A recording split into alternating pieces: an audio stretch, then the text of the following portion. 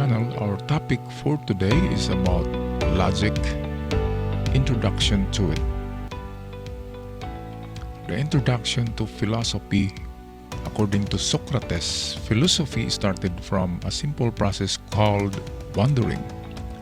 The curious nature of the ancient people of the Greece has helped them to initiate studies and researchers to feed their doubting and perplexed mind with philosophical ideas, and with a growing intensity to understand everything that they encountered and experienced in life. They gradually became lovers of wisdom. Thales regarded as Aristotle to be the first to make philosophical articulation regarding the basic stuff of the universe. His idea of water or moist was the first principle of life, which inspired other Greeks to find more answers and formulated new concepts which were solely based on dictum, popularized by Socrates. Philosophy. Etymologically, it is derived from the two Greek words philos, which means loving, and sophia, which means wisdom. Thus, philosophy is the love of wisdom, a science of the ultimate awareness of things with reference to their causes and effects. It opens man's intellectual cravings. It makes man know more himself and the rest of the world. Branches of philosophy. Epistemology, studies of nature of human knowledge. Metaphysics, studies the nature of being and beings. Ethics, studies of morality of human act. Psychology, studies of the human mind and its condition. Cosmology, studies of the nature of the universe. Social philosophy, studies of man and his society. Theodicy, studies of the nature of God and defense of God's goodness. Logic. It demands that all activities corresponding to man's line of thinking must be correct.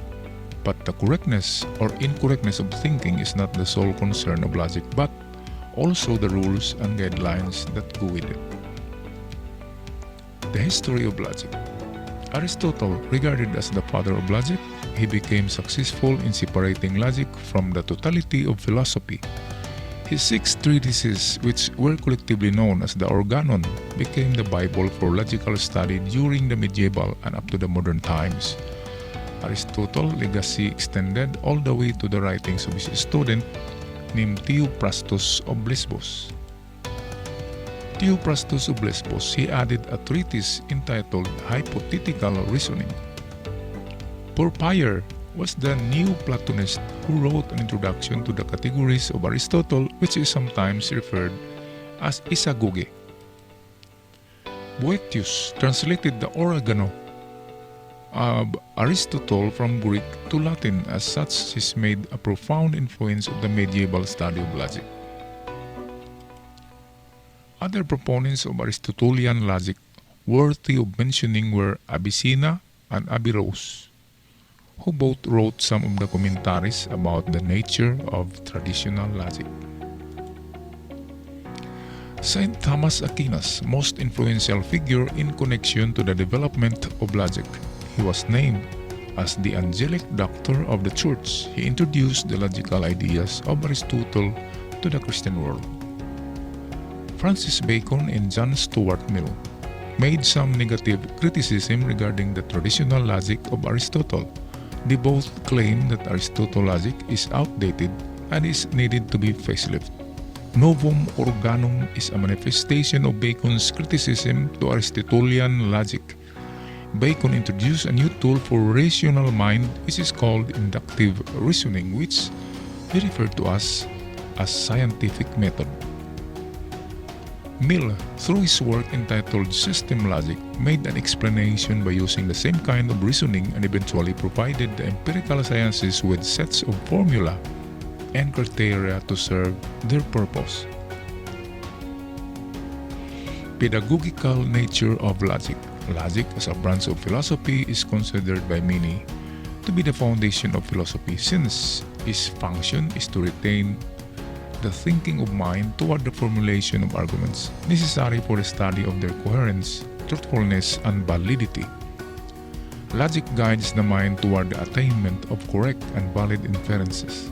Aristotle claimed that logic prepares man to a more comprehensive study of other sciences.